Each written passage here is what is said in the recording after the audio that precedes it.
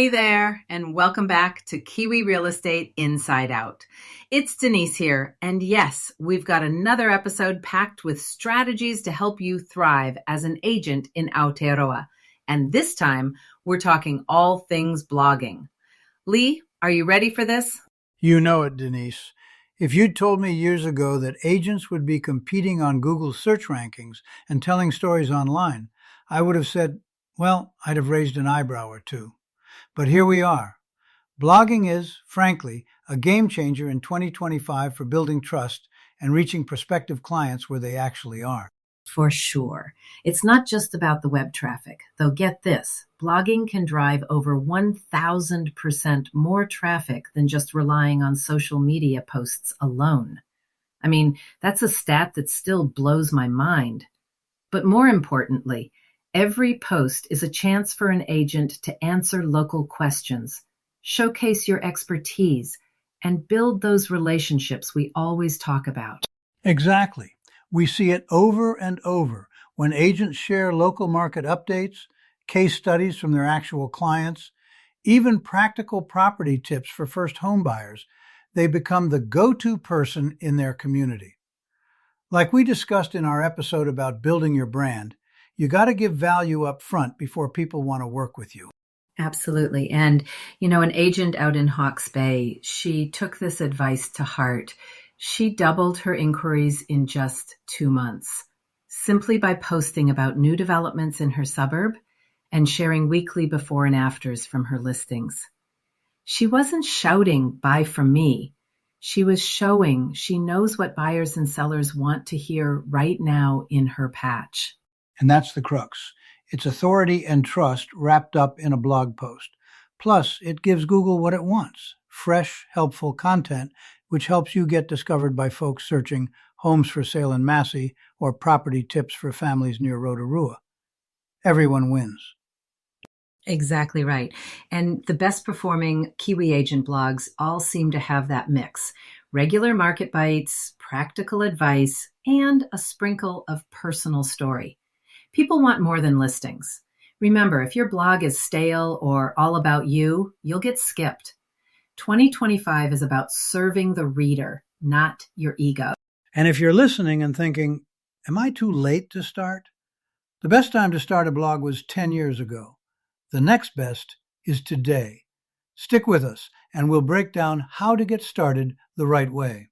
So let's say you're sitting there thinking, fine, I'll start a blog, but what on earth do I write about that won't put my readers to sleep?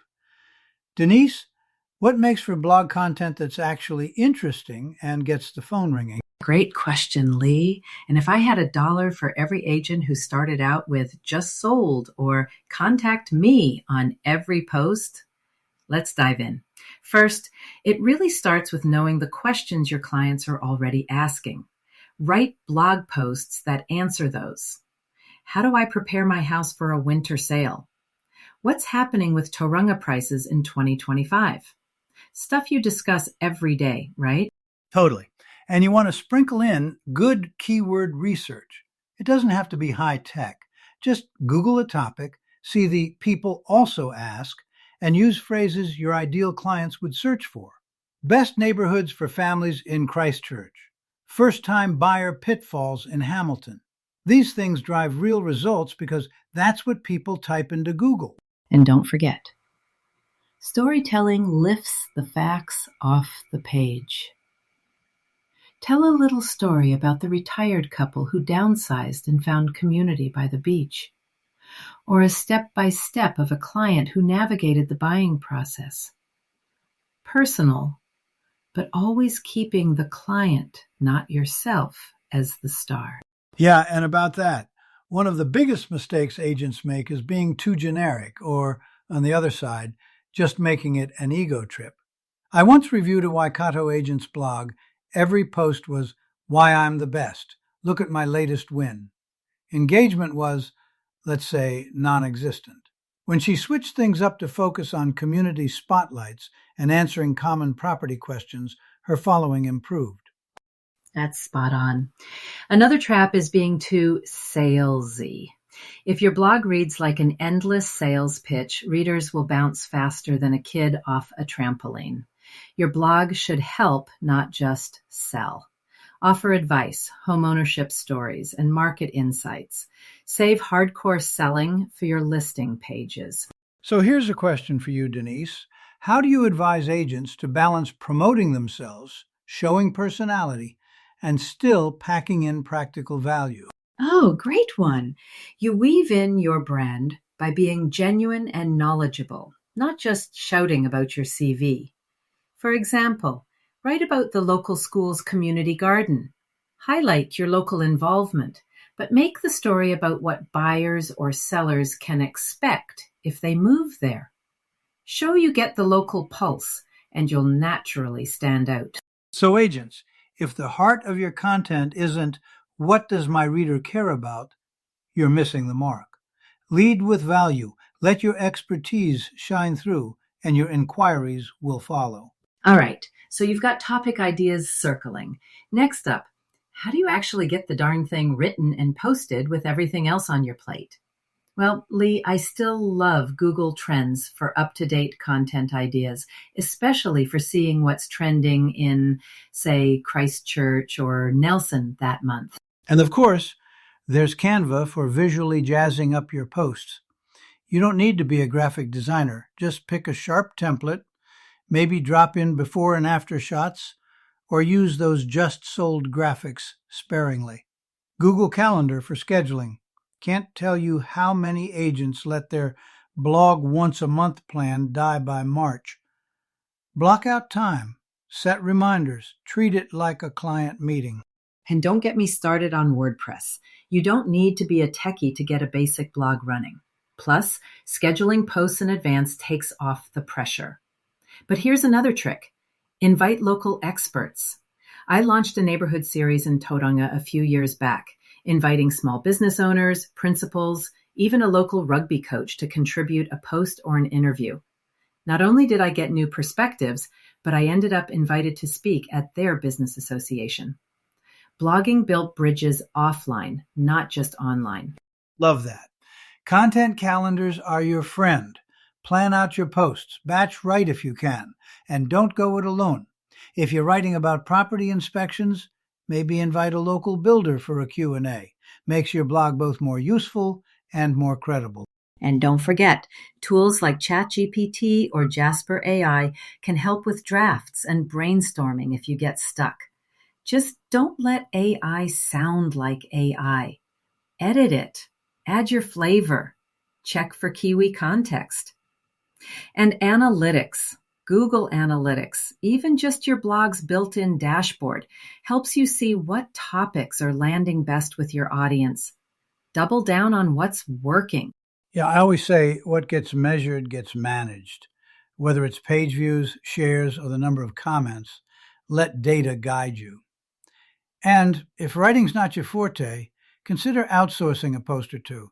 Plenty of platforms can match you with real estate-focused writers, but always review and localize it for your market. Bottom line, use the tools, build a routine, collaborate with your community, and don't let perfect be the enemy of done.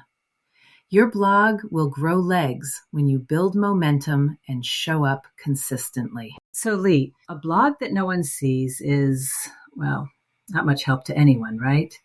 Let's get into how agents can actually get eyes on those posts once they hit publish. Social media is a no-brainer. Facebook, Instagram stories, even LinkedIn if your crowd's there. Share snippets, tease the juiciest line or stat, always with a punchy image or video.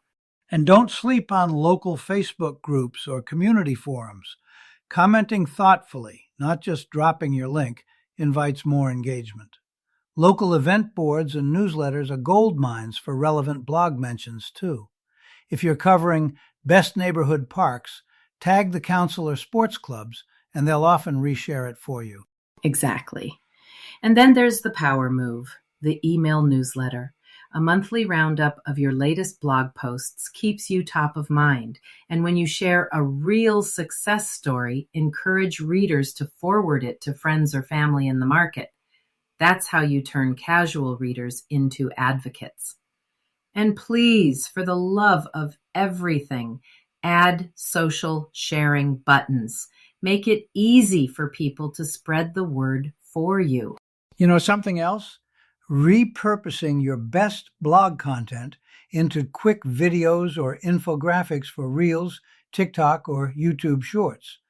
We touched on video in our last branding episode. Video content and blog posts play really nicely together. And I'll admit, sometimes a 30-second preview leads people to actually read the whole article on your site. It's about meeting people where they are, right? Definitely. And one thing I want to stress, get into the comments, respond to feedback and questions. Every reply is a little micro relationship. And that matters in New Zealand's everyone knows everyone world. Promotion isn't just blasting out, it's pulling readers into a conversation. And make sure to track where your leads and requests are really coming from. Did someone find you through a Facebook link, Google search, or your email newsletter? Use short links or even just ask in your inquiry forms, how did you hear about us? That closes the loop and helps you double down where it counts. So let's wrap this up with the question every results-driven agent wants to know. How do I know if my blog's actually working? Denise, where do you check first? I always start simple. Page views, time on page, number of comments, and of course, leads generated through calls, site forms, or DMs mentioning my content. If you're getting solid traffic but zero new contacts, your calls to action might be buried or bland. Experiment. Try a more direct book evaluation link or invite conversation at the end of your post. Good point. And I'd add, watch for engagement rates. Are readers clicking from post to post or bouncing away after a few seconds? What's getting shared most on social or in your email newsletter? Don't just guess. Analytics are there to take out the mystery. Listen to your comments and feedback too. If people keep asking for school zone details or asking, what's the catch with this new build law? You've struck gold. Lean into those topics. You're not just measuring numbers. You're listening for content gaps and doubling down on what your readers care about. Survey them if you're feeling brave. And don't just chase the big metrics. Sometimes it's the little wins. A homeowner calls after reading a niche blog about flood zone risks, or a local group invites you to speak because of a community post. That stuff. It doesn't always show up on a spreadsheet, but it matters for your pipeline and your reputation. Absolutely. And review your analytics at least quarterly. Spot which posts get traction and see if you can update or expand those. If your first homebuyer checklist post is a hit, turn it into a series or an ebook. Optimization never stops. To sum it up, track, refine, repeat. Let the data guide you, but always put your audience first. That's the secret sauce to transformative results, not just in page views, but in real relationships with Kiwi clients.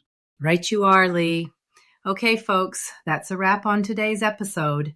If you're ready to dig deeper into any of these topics, check out our previous episodes, especially our chat about building your brand and embracing digital tools.